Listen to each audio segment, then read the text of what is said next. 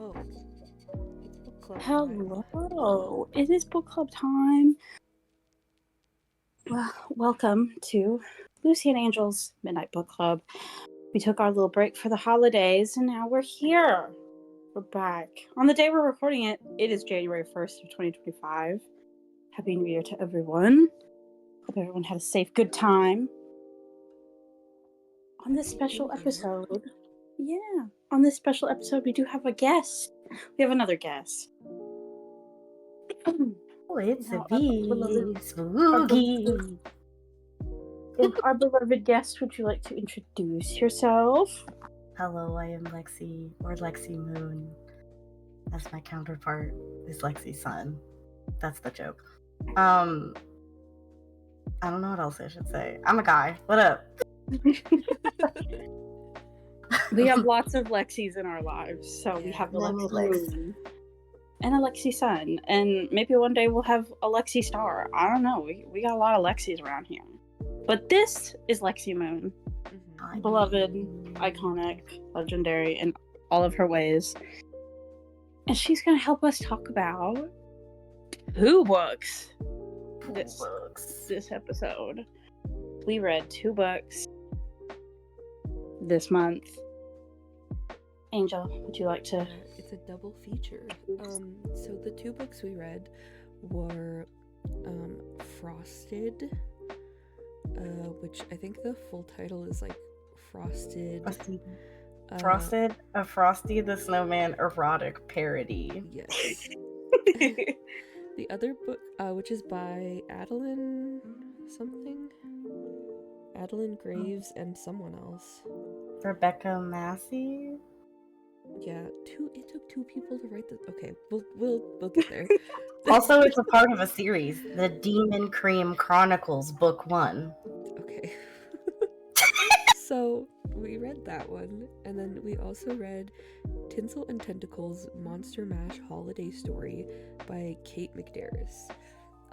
These are like relatively short novels. I think Tinsel and Tentacles is a little over 100 pages, and Frosted is like a little under 150, which is why we decided to do 2 like holiday-ish, even though neither of them is, well, okay, whatever, they're kind of holiday winter themed, which is why we picked them. And we have yet to do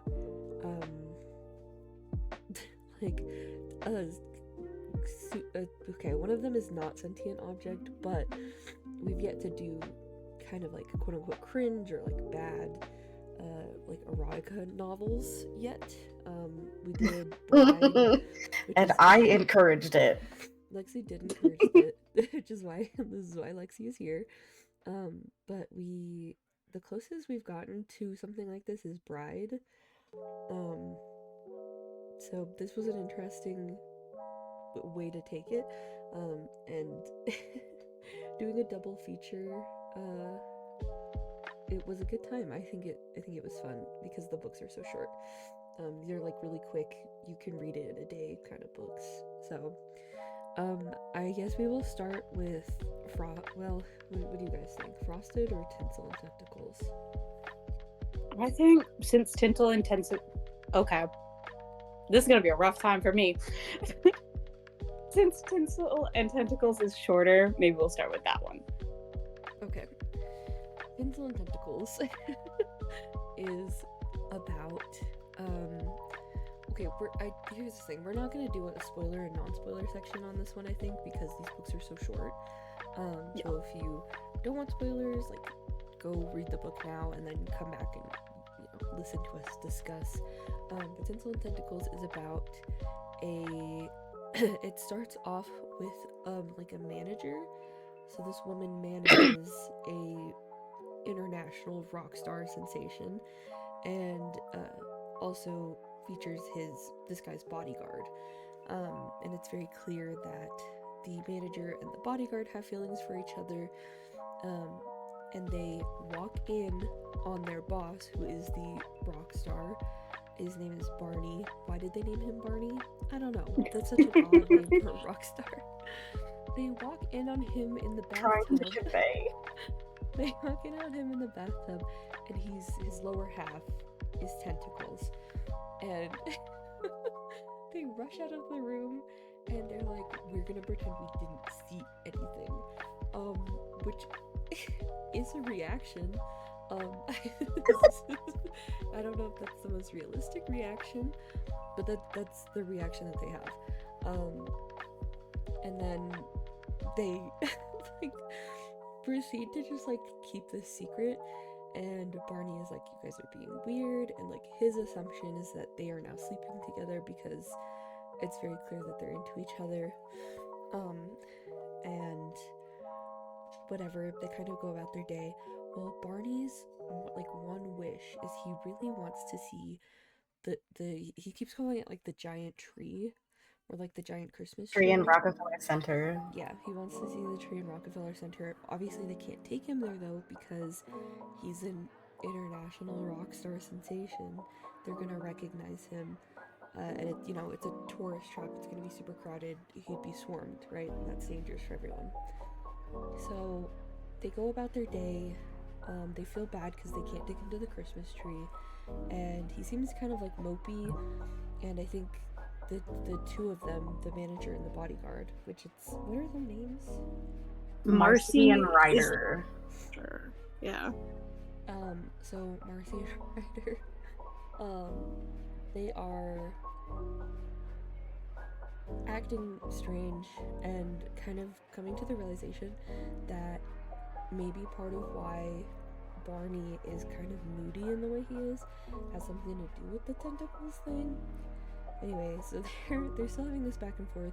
Everyone thinks everyone else is acting weird, but then Marcy and Ryder come up with a plan to take Barney to go see the Christmas tree.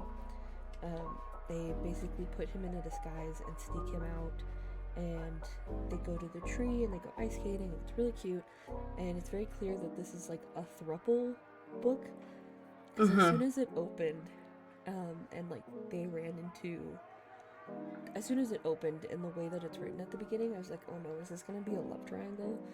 It is not, thankfully. I was like, are you gonna resolve a love triangle in 100 pages? That's crazy. Anyway, they go on this like date essentially, and they're all kind of like getting closer and being touchy-feely, and I don't, do Ryder and Barney kiss at the ice skating rink, or are they just being weird? I think they were just being touchy-feely. I think they're all just like all over each other. They're like touching each other and whatever. Yeah.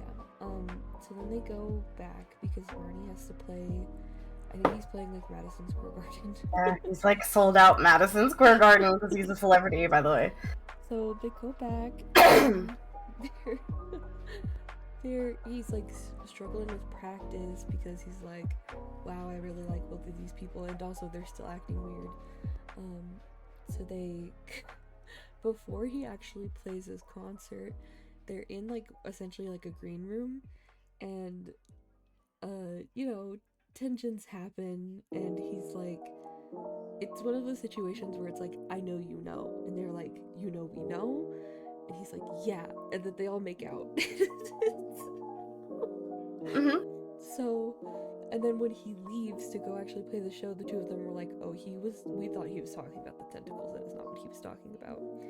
Clearly. So, there's a scene in that part where so Barney leaves, right? And so it's just Ryder and Marcy, and they're kind of like, oh shit, that just happened. And then they're like, are we into each other? And like, obviously they are. But there's a part where Marcy is like, we need to like get this over with and stop being awkward, touch my boob. And that was wild. she like sticks her chest out, and she's like, no, just like grab my boob. And he's like, I'm not gonna fucking do that. And she like takes his hand and puts it on her chest, and like their big boss, like the guy who runs the label, walks in on them at that time. They're like, oh shit, we're gonna get fired. Whatever. They pretend like she had a bug on her or something. So they do the show, and then they go back to the hotel or whatever. They have like a snowball fight outside. It's really cute.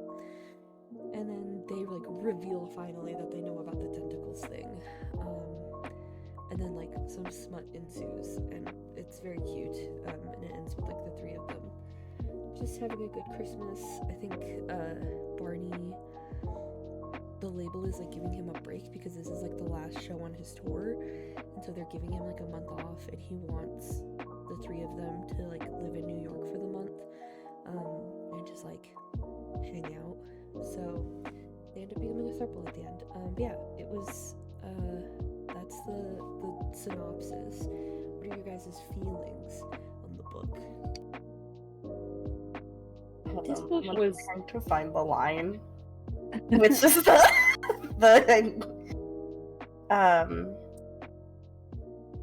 if I can read that scene, that is so fucking funny. Which is the why does this feel like middle school? I ask.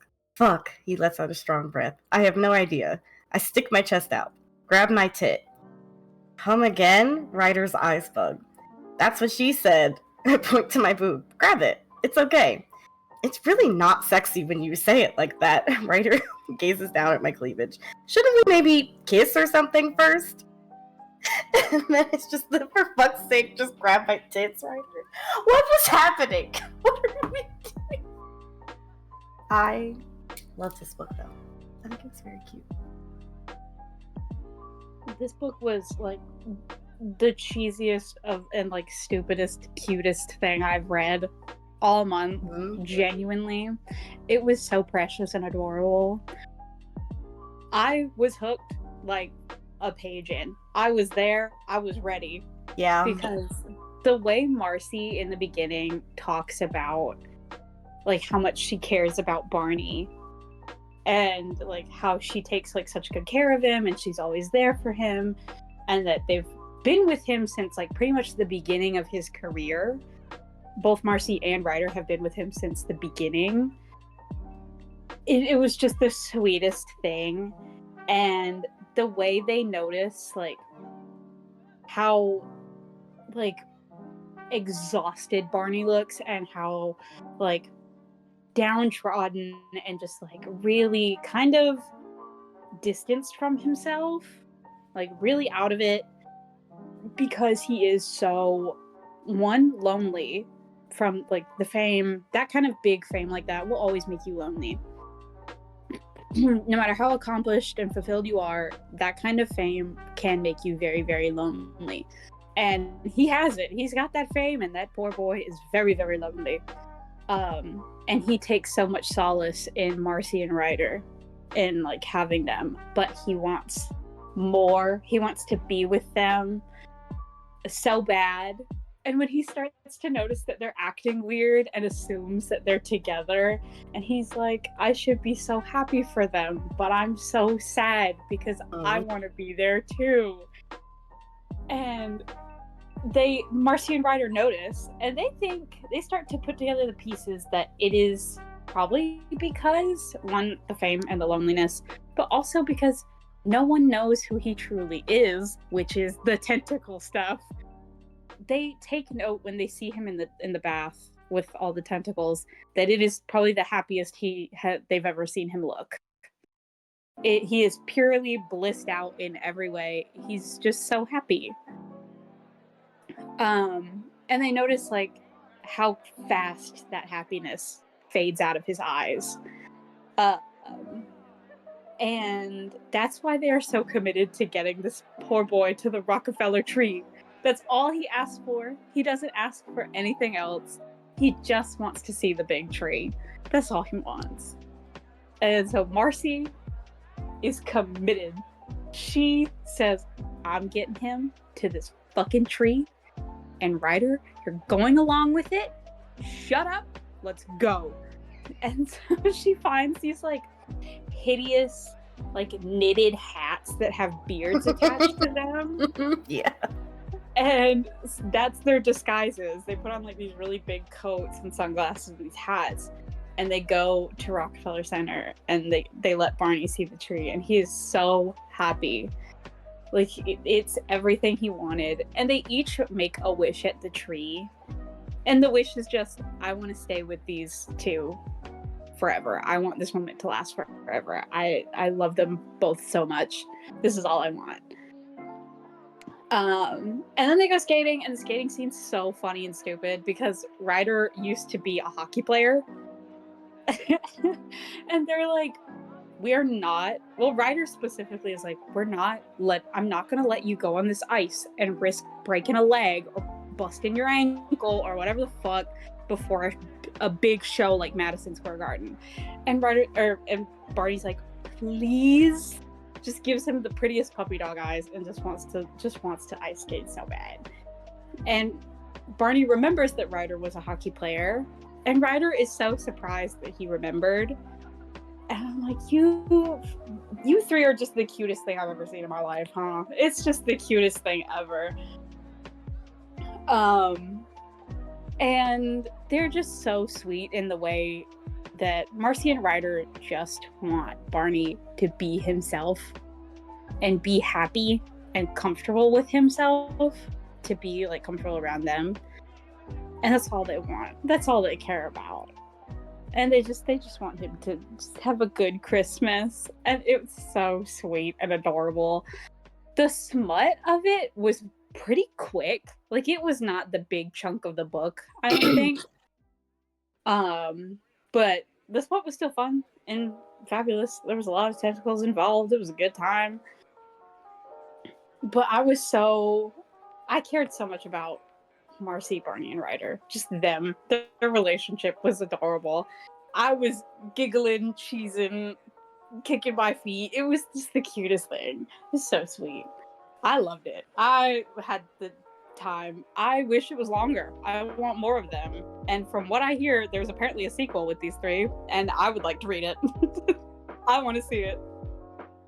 Says it at the end, and I'm like, oh my gosh, I think I may actually have to find the sequel and read it, because I actually enjoyed it. Like you said, it's kind of like the idea of like if you had a Hallmark movie after dark. Like, it's cheesy and it's cute and it's sweet. But I think much like you, Lucy, is like that first like opening scene where they see him in the bathtub and they see how relaxed he is, and they leave and they like both kind of like look at each other and they're like, it's sort of that sense of like, wow, like this explains a lot, and also like maybe not realizing like when like what they were thinking was happy was not so genuine anymore. And like that sense in both of them of like, I would do anything to preserve his like genuine happiness. It was very cute. And it's not often, because I'm like such a smut reader and like connoisseur of smut books, that I'm like, you know, I wasn't that worried about the smut, but I was like genuinely so wrapped up in their relationship. I was like, oh, they're smut! How excited! And it like wasn't my main focus, but it was very cute. And I think they had a very like soft and sweet relationship that is like truly based around like caring for someone. And even if that is very like Hallmarky and kind of cheesy, like it's kind of nice and refreshing at the same time. Yeah. It was just the most adorable thing. There's a whole scene at the end where like after they've gotten together and they had their night of freak nasty, debauchery, all of that. Barney wakes up early before Marcy and Ryder do, and he has somehow arranged with the hotel and the staff and whatever to get a huge tree put into their hotel room, like in the suite, and like all these gifts and like stuff like that. And he's just so giddy about it. He's so excited.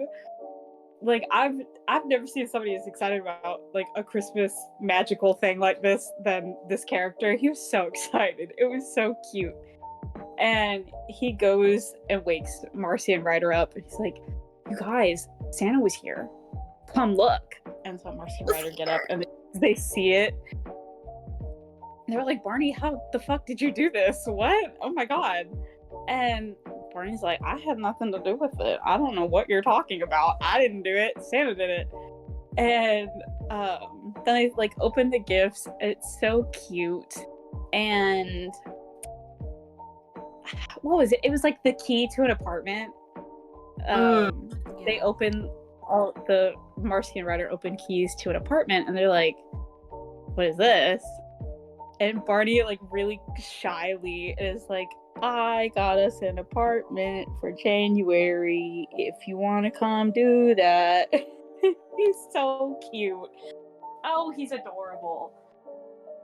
And also picturing these characters was really cute because the author describes Marcy as having like fiery red curls, like and Ryder is massive, big man, you know. And Barney, they describe him as like a dancer's like physique because he does dance and all of that, of course.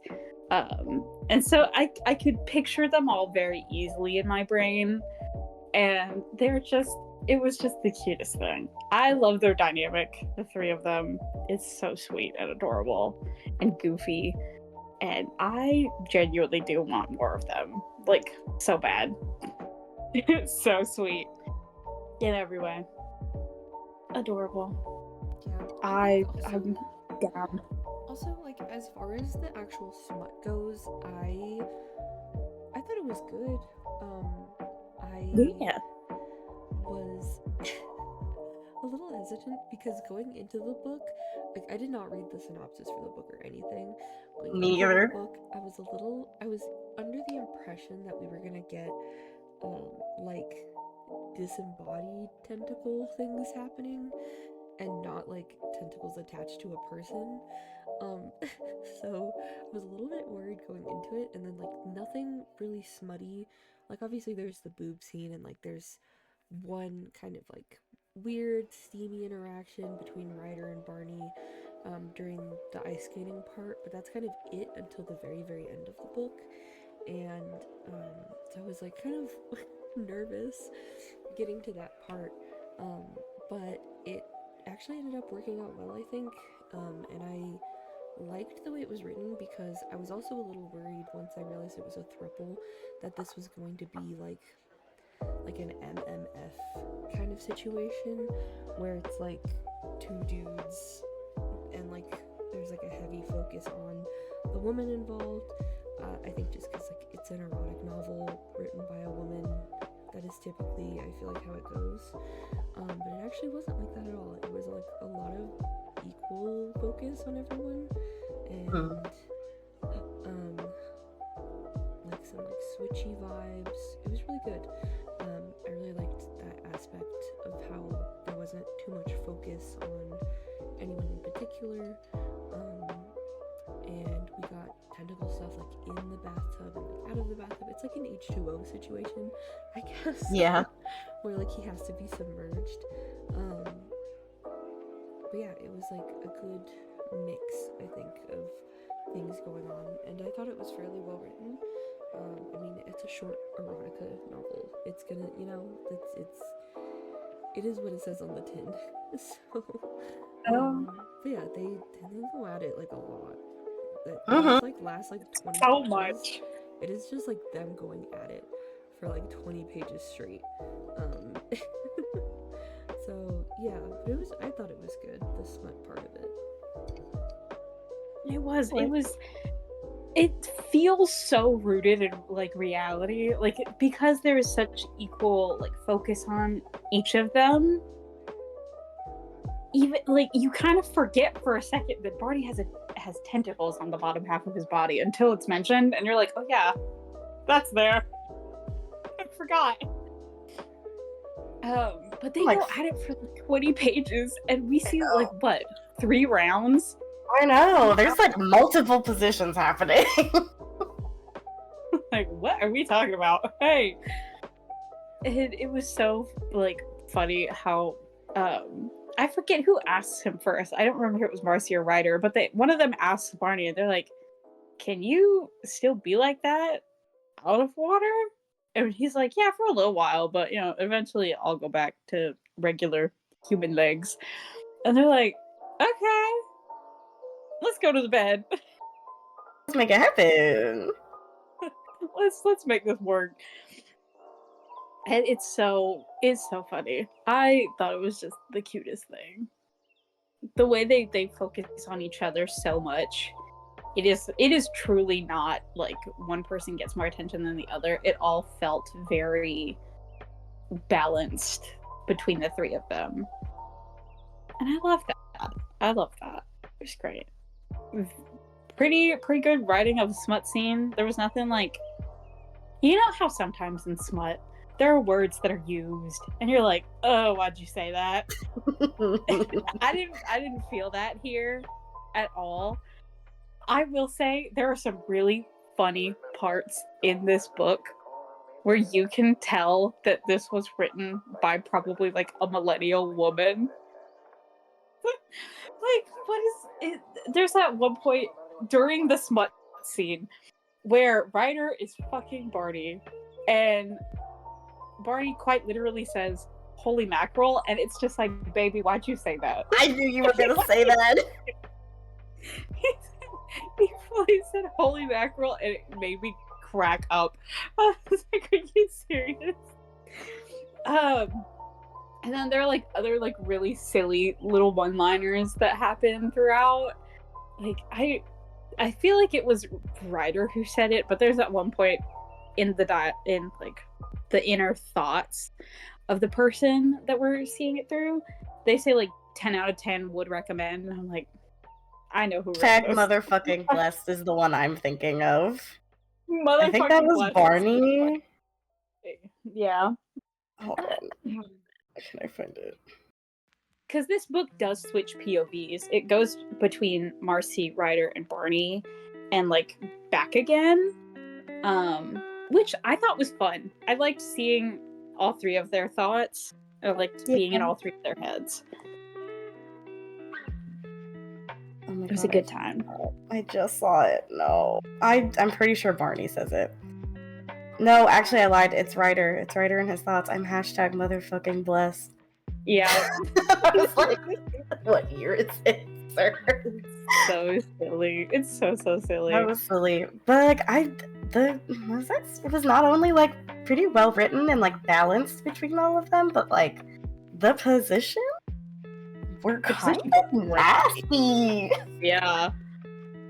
Hit like Barney with like both tentacles in each of their asses while Ryder fucks her like pussy. I was like, whoa, okay. It was wild. There was the Barney sandwich. I mean, it was crazy. It's the way the smut was not long. It was not long at all. The scenes are very fast paced. Like I said, we see 3 rounds in like 20 pages. So they're not very much, but it felt exactly enough. You know? What I wanted. Like, I feel like if there had been more, I would have been like, okay. Like, how long are we gonna go? Yeah. How long are we going? But this felt exactly like enough for the kind of story that this is, like the sweetness of their relationship. This amount of smut felt just right. So I was down to clown. Like a couple pages in, I was here. I was set. I was ready for this relationship between these 3. It was so sweet. Sequel Loved it. is called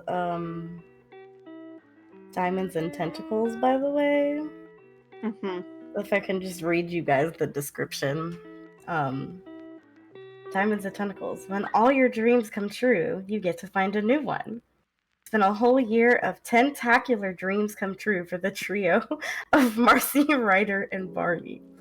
Tentacular is so good. What a I'm word. going to introduce that to my vernacular. So it says, for the past few years, Ryder's primary mission has been to protect the multi-platinum award-winning rock star Barney Miles. Now he's facing down a new mission. Put a ring on it. Them. Both of them. Marcy has made a career out of managing the life of the most famous rock star on the planet. Now, all she wants to manage is the perfect proposal for her 2 guys. Barney's siren song keeps the world hanging from the tip of his tentacle. Now his entire world has become the two people sharing his bed. This New Year's, he's got a plan to turn their happily for now into a happily ever after, with a little specialized help from a friend. It's a New Year's one. Okay, this is crazy. I have to read this. Oh, yeah. I love that they're all trying to propose. I will be partaking in the sequel for sure. Yeah. This Triple really proposal. I also felt like it was, for as short as it was, everyone felt so fleshed out, and like the chemistry was super good between everyone, and I feel like you could feel like the history that they have with each other, which is really interesting because again, this book is like only 100 pages. But yeah, I felt like here's the other problem. I read Frosted. I think both me and Lexi read Frosted first, and that I think has colored my opinion of this book. Anyway, we'll get to that. But to me, these characters felt super fleshed out. They felt really like there was like a lot of chemistry between them. It felt like they did genuinely care about each other. And I really appreciated all of that too, because I feel like even if your book is short, like if you want me to care, like there has to be something with these characters, and I felt like that book did this really well. Obviously you hear us talking about how cute they are and all this. It's because the chemistry was there like off the bat, and they're surprisingly well developed characters for what the book is and for how short it is, especially. So I think we should all give, I think this is going to be a shorter episode, but I think we should all give our ratings. I would give Tinsel and Tentacles a solid, like, 3.5, 4 out of 5. Lucy, do you want to go next? I'm giving this book 4 out of 5 because I had a blast the whole time, and I'm not a reader of this kind of like genre. Yeah, I haven't been, so this is like one of my first like dives into it, and I think this was a really, really good first dive for me. Absolutely. There are way worse books you could have done. This is pretty good. I had so much fun with these three. I cared right away. Like Ether said, the chemistry was there immediately. Like, it was so short, but it felt like I have been with these characters the whole time they've known each other. And I've seen their friendship and relationships grow and change. And like the care that they have, I've seen it develop firsthand. Because it was right there immediately. And I had so much fun.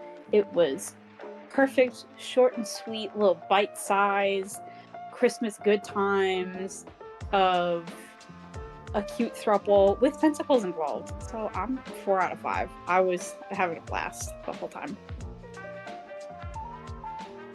As someone who reads a lot of smut, this is like my forte, and I've read a lot of smut, especially monster smut. I'm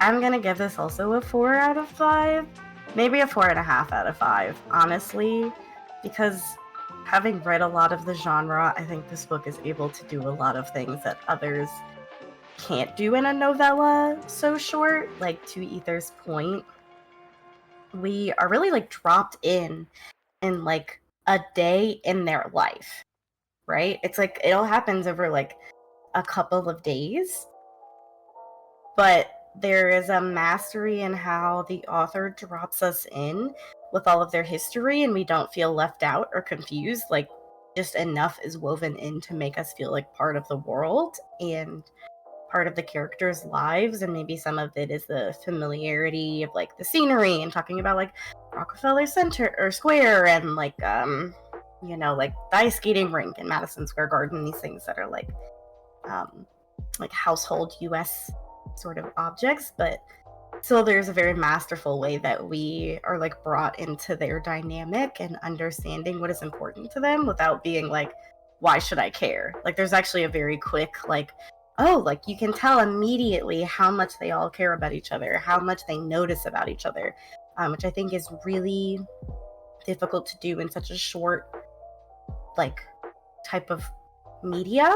And so like thinking about this in comparison to a lot of other books I've read, which can honestly in this short of a time frame and like air towards really like gratuitous smut or not a lot of plot and not a lot of thought, like the character building, the implications of the world building, which I'm very intrigued by, the like depth of the story and the smut all together, I think I would go somewhere between a 4 and a 4.5 out of 5 stars. I think there's a lot of really great elements that I was not expecting out of a Christmas book about a guy with tentacles. I didn't read anything about it. I didn't know what I was expecting, and I ended up really enjoying it, and I think it was quite good. Heavy agree. Heavy agree. Okay, so we're getting to the second read. All right. Let me switch with my Kindle. So the second book we read was Frosted, which is an erotic Frosty the Snowman parody, even though not really. It really isn't. Not really. So the general plot, because it is so like I can't even get into detail with it because it is so general. The general plot is that this girl is a witch, and she caught her fiance sleeping with her best friend, and she's trying to summon a revenge demon to get revenge on him, obviously. And but she's using like substitute ingredients, and she's like doing it out in the rain and whatever, or the snow, or there was like a storm of some sort. And so she's kind of struggling, and she's like, well, I'm sure it's fine. Whatever. So she tries to do the thing, and she doesn't think it works, and so she starts to go back into her apartment, and she runs into a snowman, and suddenly the snowman is talking to her and is like, what the fuck did you do to me? So clearly she summoned something, it just wasn't what she intended to summon. So she did summon a demon, but he's an incubus essentially. A lust demon. Yeah. His name is Lachlan, and I guess when they get summoned to like the quote-unquote human realm, they need some kind of vessel to be in, but because she didn't intend to summon him, he ends up in the snowman because that's the closest vessel for him to be in. And so the rest of the book is trying to get him home, or out of the snowman at least. That's the premise. That's pretty much the entire plot. Everything else is just smut. It is 150 pages of almost nothing but smut. Weird smut. Because like I need you all to picture in your mind a snowman that someone just made, like in like the green space of like an apartment complex, because that's what he is. So he comes to in the snowman body, and he's immediately being horny, you know. He's like I think he's like, I can smell her. It's really weird. Anyway, she's like, I don't know what the fuck is going on. I don't know how to help you. Eventually they decide that she's gonna take him up to her apartment so they can figure out how to get rid of him. And again from there it's just smut. So apparently he's like putting off some kind of magic that is just making her really horny. Like the whole thing that lust demons do, I guess. And it's just them fucking for like 150 pages, and I genuinely do mean that. There's like the little reprieves that we get is either them snarking at each other or our main character, who doesn't have a name until the very end of the book, trying to figure out how to get rid of him. So they go upstairs, and I'm trying to remember like what even is the first. I think it's when she takes the head off the snowman. Yeah. Is that the first thing that happens? So she takes the head off of the snowman and like brings it. Okay, this is gonna be so hard to talk about because I'm not trying to get this video flagged. But she she uses the snowman head. Mind you, he's completely sentient. Okay, so and there's like seemingly things with his body that like you wouldn't normally have. So he has like a tongue and like a working mouth and all this stuff. And so he goes down on her essentially, but she's like holding his head like disembodied from the rest of him. And whenever they do it, it's weird. She kind of is like, this feels weird, not just because he's a snowman, but it's like super cold, whatever. So they do that, and then she's like kind of annoyed, and he's really snarky. He's like sarcastic and condescending and whatever, and he wait, maybe the scene starts. There's like a scene where he spanks her. I think that is actually where it starts. Something about a squeak escape. There it is. A squeak escapes me as his twiggy arm strikes my ass again, and I was like, no. Because can you imagine like the fucking like the stick arm of a snowman spanking you? That's so bizarre. That is so. Then bizarre. he uses the carrot. Yeah, he does use the carrot nose. And he's like, does this turn you on, witchling? And I was like, oh my god, help. Help. Yeah, so he let's see. So that happens, upstairs. And then she shapes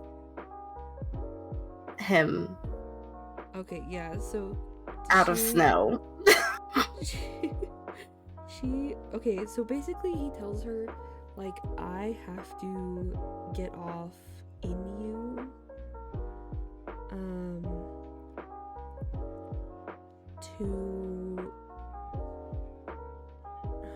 To get turned back or whatever. Something about like releasing him from the vessel, I think. Yeah, to be able to, it's something like a release of magic or something. That's how they have to get him out. So they do it, and then she's pissed off, and so she goes. I think she goes outside to get snow, and she like forms an ice penis, and she puts it in the freezer, and she's like, I will deal with you tomorrow. And she goes to bed, but he's still putting off this magic, and so she decides to get off, and he barges into her room. He's like, what the fuck does he tell her? He says, hold on, let me see if I can find it. If you insist on not using my services, I demand the space to watch. Yeah. Oh my god. So he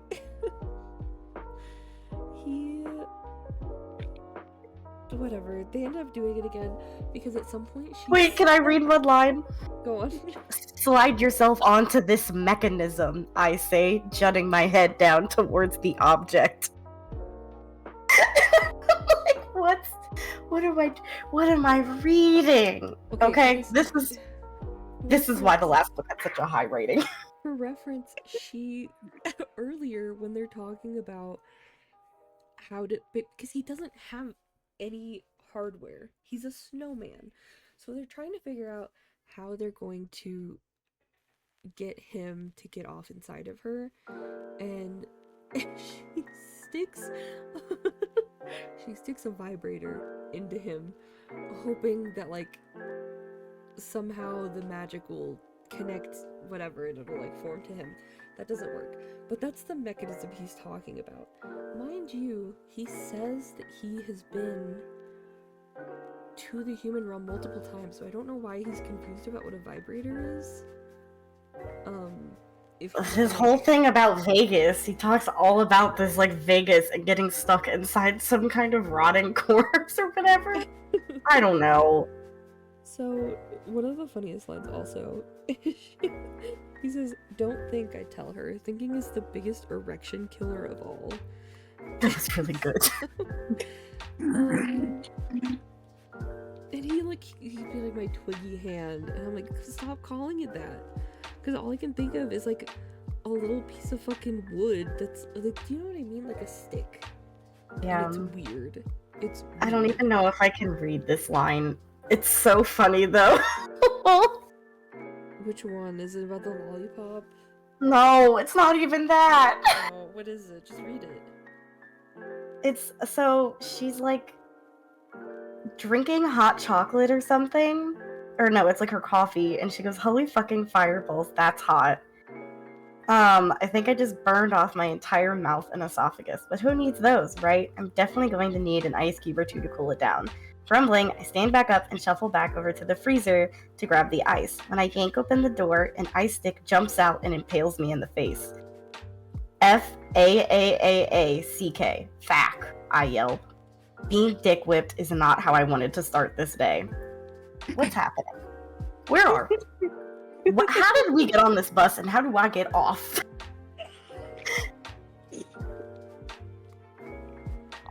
Oh, Yeah, good lord. So, whenever they do that, she's trying to, she sticks the thing to him, the popsicle that she has since made, and,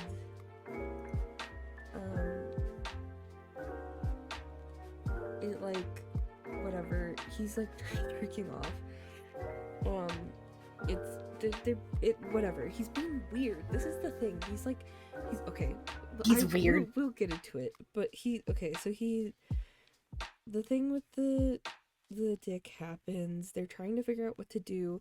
She's trying to figure out any other way to get him home. And he's like, well, we can summon Satan, who is Santa. So Satan is also Santa Claus. So he's like, we can summon Satan, and she's like, I don't want to do that. And they're going back and forth, and they end up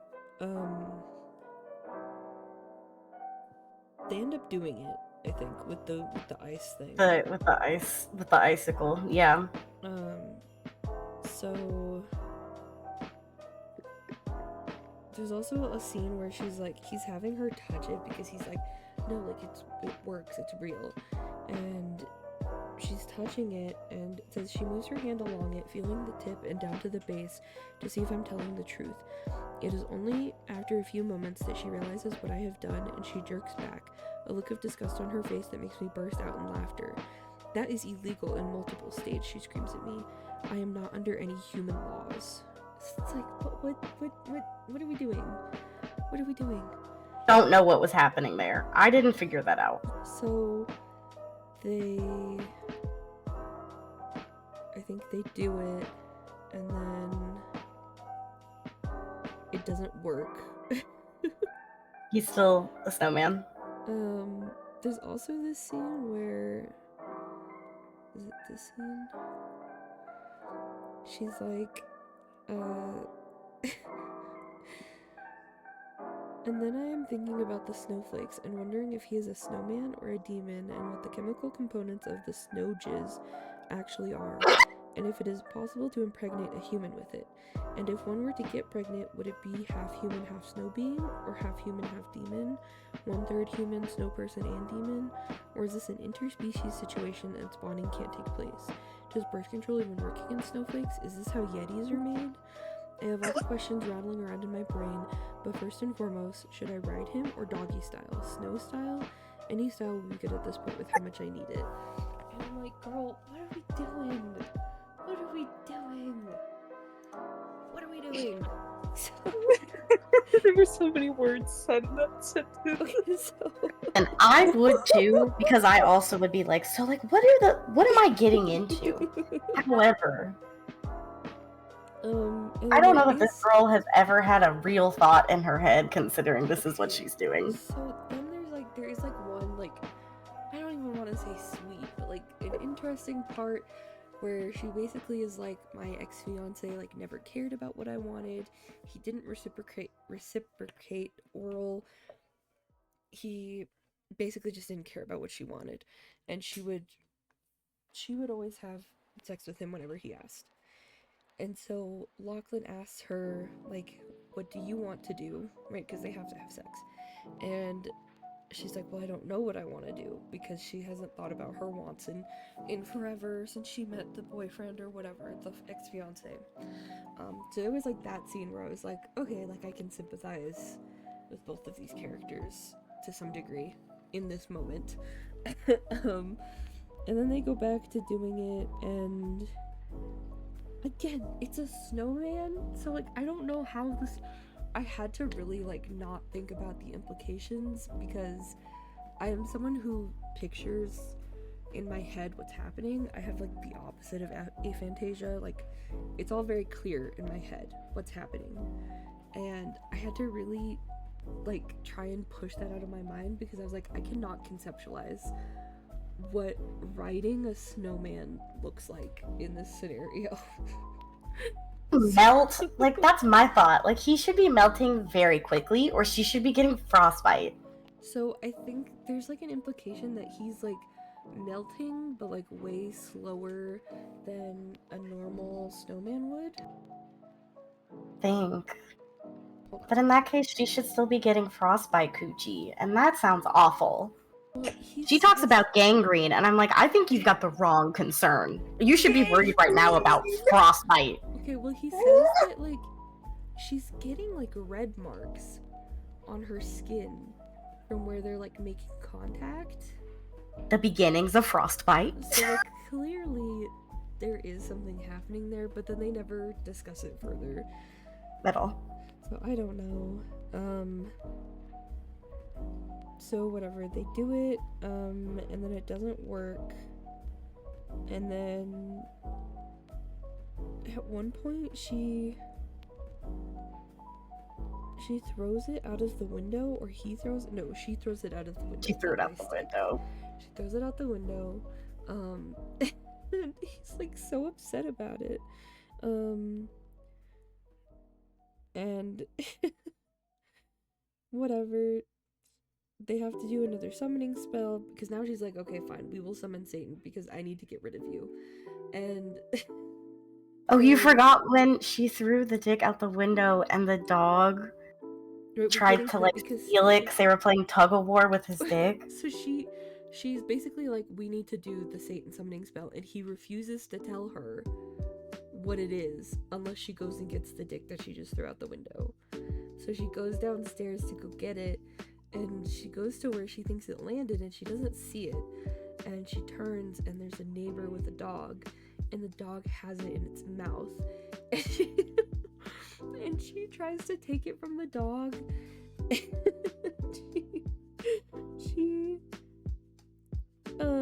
she's down there. She says there's a guy smoking a cigarette, and he's got his dog.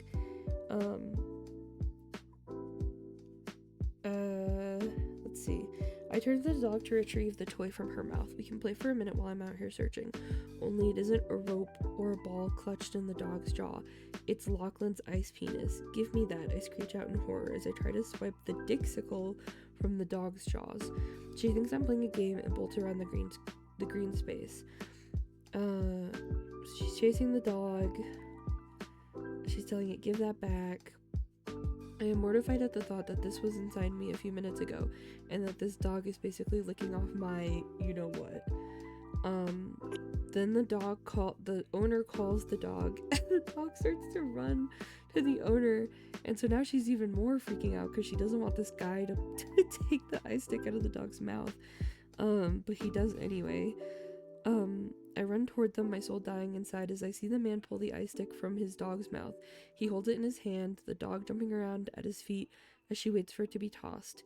That is mine, I say, stopping in front of the stranger. He glances at me like I'm completely off my rocker, then down to the half-chewed ice penis in his hand. I am just praying he has no idea what it is. Without a word, he hands it over, and I quickly rip it from his grasp, not making eye contact.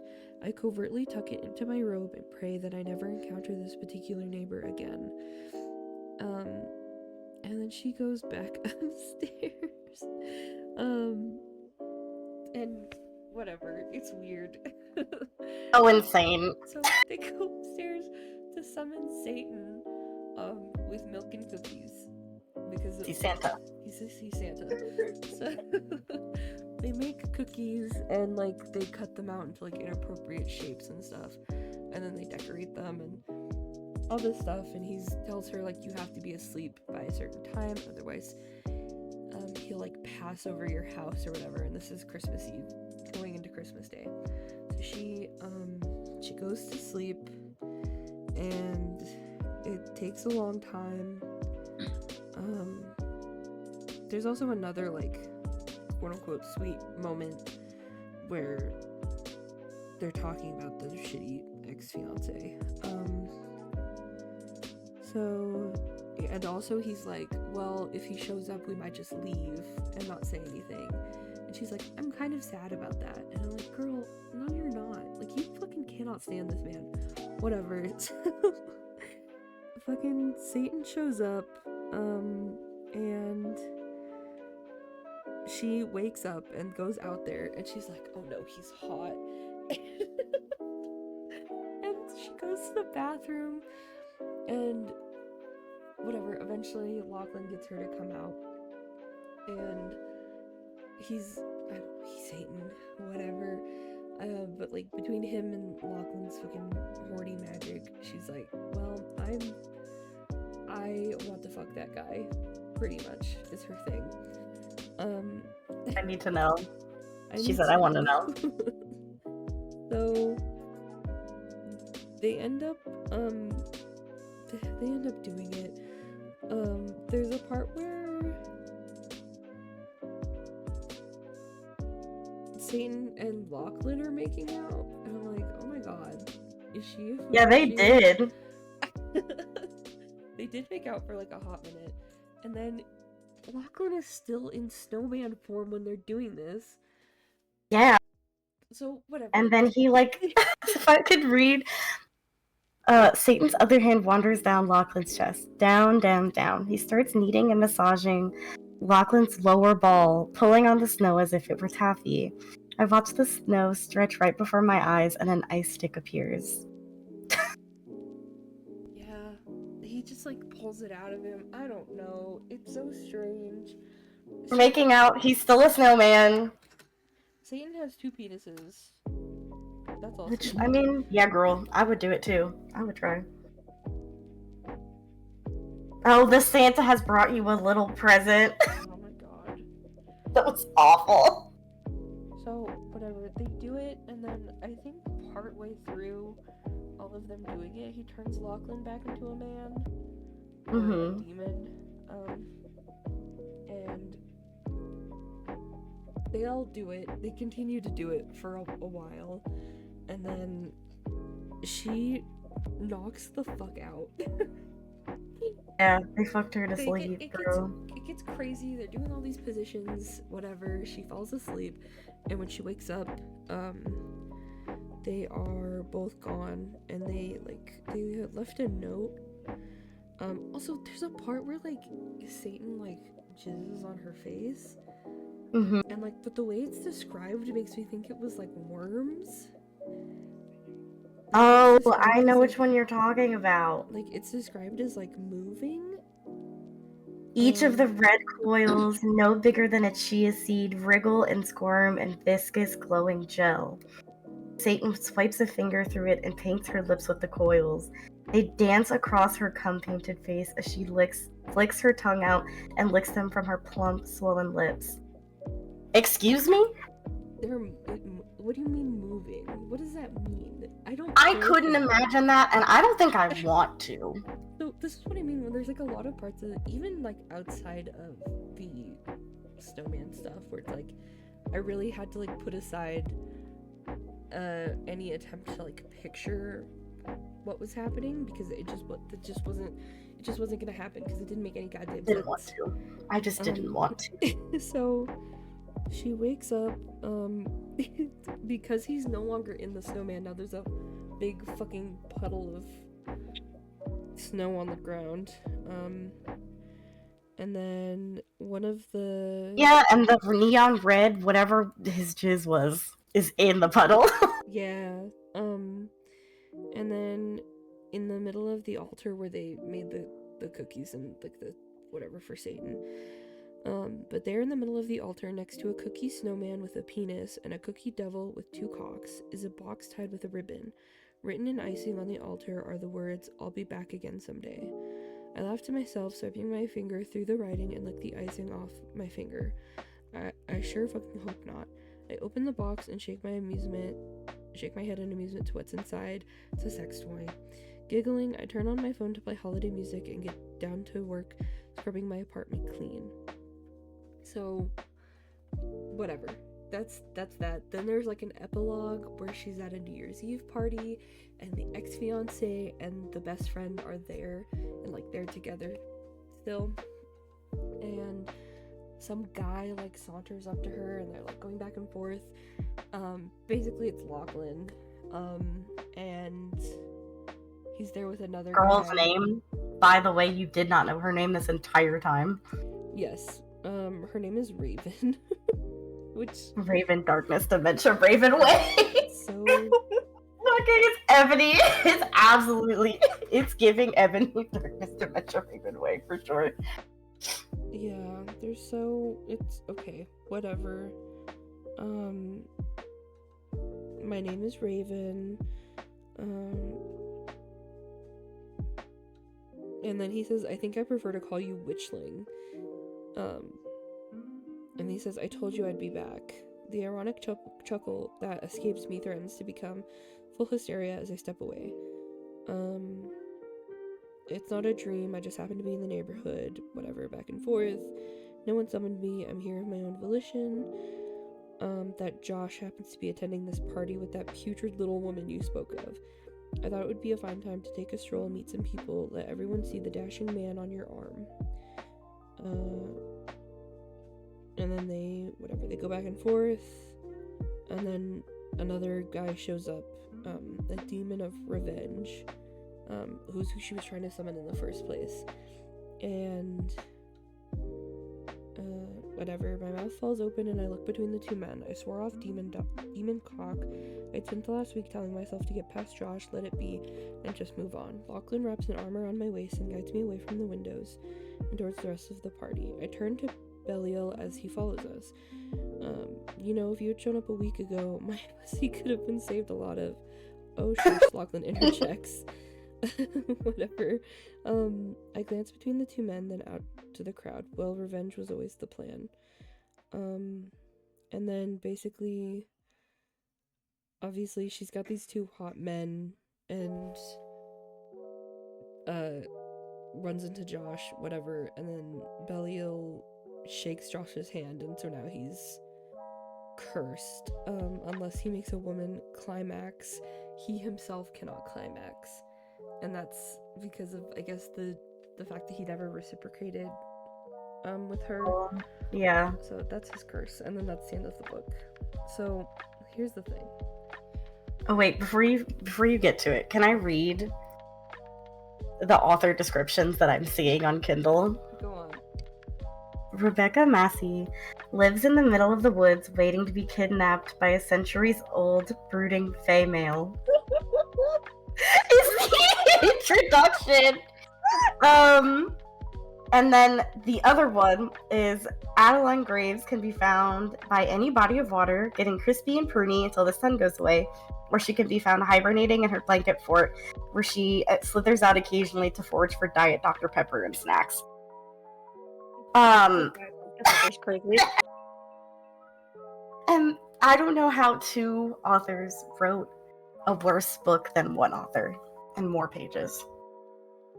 Yeah, it was really bad. It's not good. I completely forgot that this was written by 2 authors until I said that earlier, and I was like, there's no way 2 people wrote this and it is still as bad as it is. I wonder if it was like RP where they wrote like each character's perspective. Maybe. I mean, it's just so bad. The whole thing is bad. It's not good. I take so many issues with it. First of all, none of the characters involved are likable. None of them. No one here. I don't like any of them. Our main character is like kind of stupid. She like is like very bullheaded, but not like in an endearing way. She is kind of wishy-washy about a lot of stuff. I just didn't care for her. And Lachlan just sucks. He's an asshole. I think he's supposed to have this kind of like cocky arrogance that can be sometimes attractive, but it just ends up coming out that he's just a dick. Like he's just an asshole. And he's like constantly insisting that like he can make her feel so good and blah blah blah blah, and she'll never want any other man again, yada yada. And she's just like, I just want to get you out of my fucking house. Can you please leave? So, and like the only reason that they actually really sleep together is because of his weird demon magic. So I didn't comes off extremely creepy and weird. Yeah, it did not. And like clearly that wasn't the intention, which is like what I think makes it weird. Like I'm all for like darker fiction or whatever, but it definitely is like not it's framed in such a way that it feels almost like coercive. I don't know. I just didn't. He just comes off as a real like creep, and he's like pressuring her like constantly into sex, and she was like, if that is the only thing that will get you to leave, like okay. Yeah. But then I feel like there's like implications of like, oh, like they really are interested in each other. Like there's like weird implications of that. Like there's parts where he's like talking about like in very vague terms like her resilience in dealing with the ex-fiance. And there's parts where she's like, you know, whatever. There's like implications of a more romantic undertone between these two. And I'm just like, especially at the end with him being like, I'll be back, I'll be back again someday, which is like the only real Frosty the Snowman reference. But like, and then he shows up at the party, and I don't know, I just feel like there's this weird like romantic undertone, and like I get it, it's like an erotica novel, I understand, but it just feels weird because she can't stand him. She does not like him. She thinks he's a dick too. So it's very weird to me that there's like this weird undertone where she's like, I think I'd be upset if he just like got up and left in the morning and like I woke up alone, which is what happens anyway. So whatever. She's fine. And she like laughs and she's like, thank fuck that guy's gone. Don't come back. It's just really weird. Some of like the tone stuff in this book was weird. I didn't care for the smut. Most of it was weird, and like I don't know. I feel like it could have been written differently or something, and some of the emphasis on certain things was weird. I don't know. The implied freak nastiness of the smut, and like the idea that like, ooh, there's double dicks, and like there's like a threesome happening. Like it was so lackluster. Yeah, it was definitely. And it was like, there's all of this stuff throughout the book. It's mostly smut. And again, like, I read this first, and then going to, I can't remember what the other one is called, the tentacle one. Like, going to that, which is like short, sweet. The smut is like very contained.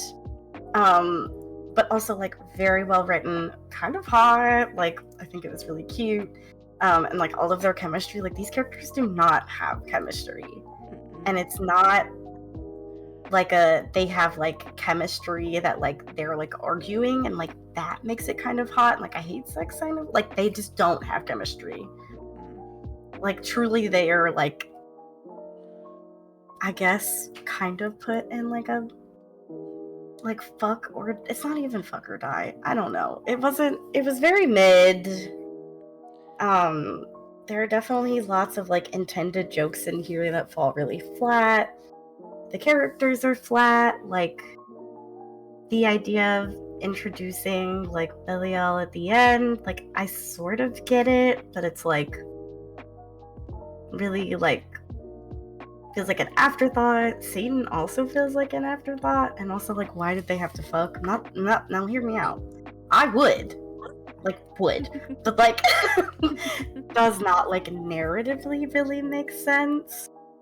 Other than like he's kind of like, well, I'm not gonna turn you back unless she comes out here and has sex with us, which is so like weird. even coercion. Yeah. And it doesn't feel hot. It's not like dark romance coercion. Like I'm supposed to think this is normal. Which is like I think where dark romance tends to do these things better, which is where like I am not looking at this and expecting this to be normal behavior. Like I know what's happening. Mm-hmm.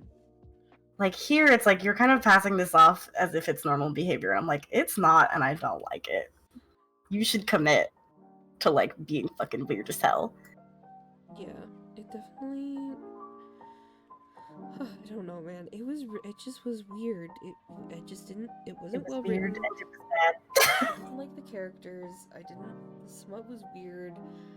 The descriptions of things were weird. Lachlan just sucks. Like there was no enjoyment in reading it because the whole time I'm just like, man, this guy really fucking sucks. Like he's such an asshole. And again, I didn't really care for the female main character either. You know, she kind of snarks at him.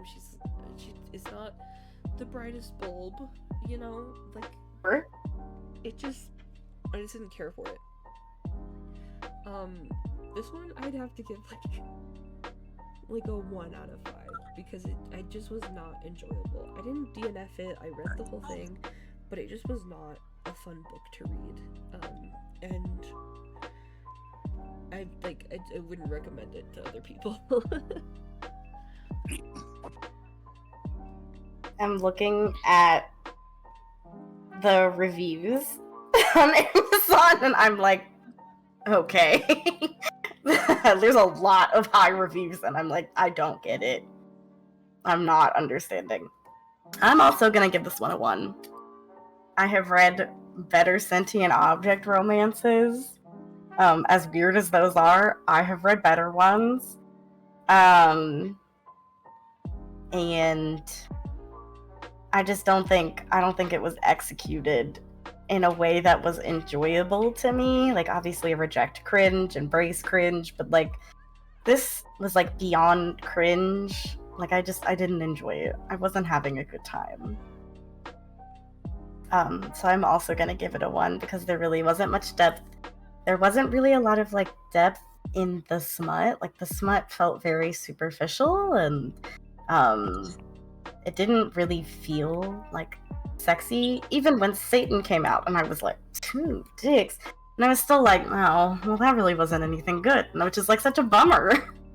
You know, you would think like, oh, you'd be getting into like temperature play and all this other like freaky stuff, and it was like it didn't feel very well executed, and it was just overall disappointing. So I'm glad I read that first and then read Tinsel and Tentacles, which was a much better time. Yeah. Also, I keep thinking about it and I'm like, wow, 2 authors for that. That's crazy. That's crazy work because it was not good. So yeah, that was the 2 books we read. Tinsel and Tentacles is definitely the winner out of these. And I would recommend that one. If you want like a fun, short holiday read that's a little weird and erotic, if you like thruples, I would recommend that one because I really enjoyed it. Frosted, skip it. Don't read it. Don't. It's not good. Don't. Pass. Pass. It was not good. Do you guys have any final thoughts about these two books? I heavily agree. If you want something fun, Christmassy, short, sweet, bite-sized, with a little bit of tentacles, Tinsel and Tentacles is the way to go. It was cute. It was precious. It was adorable. I had the most fun reading that one. So, I agree. Read that one. Yeah. Not the Snowman one. Read Tinsel and Tentacles. I'm excited to read the sequel too. I'm excited for more. Yeah. And honestly, I'm impressed enough with this book that I would like to read more of this author's work. And like the fact that you can do so much in like 100 pages is extremely impressive. So I quite enjoyed that. And Frosted. Ooh, brother. Brother. Yikes. Pass. Not good. Not excited to put that one on my story graph.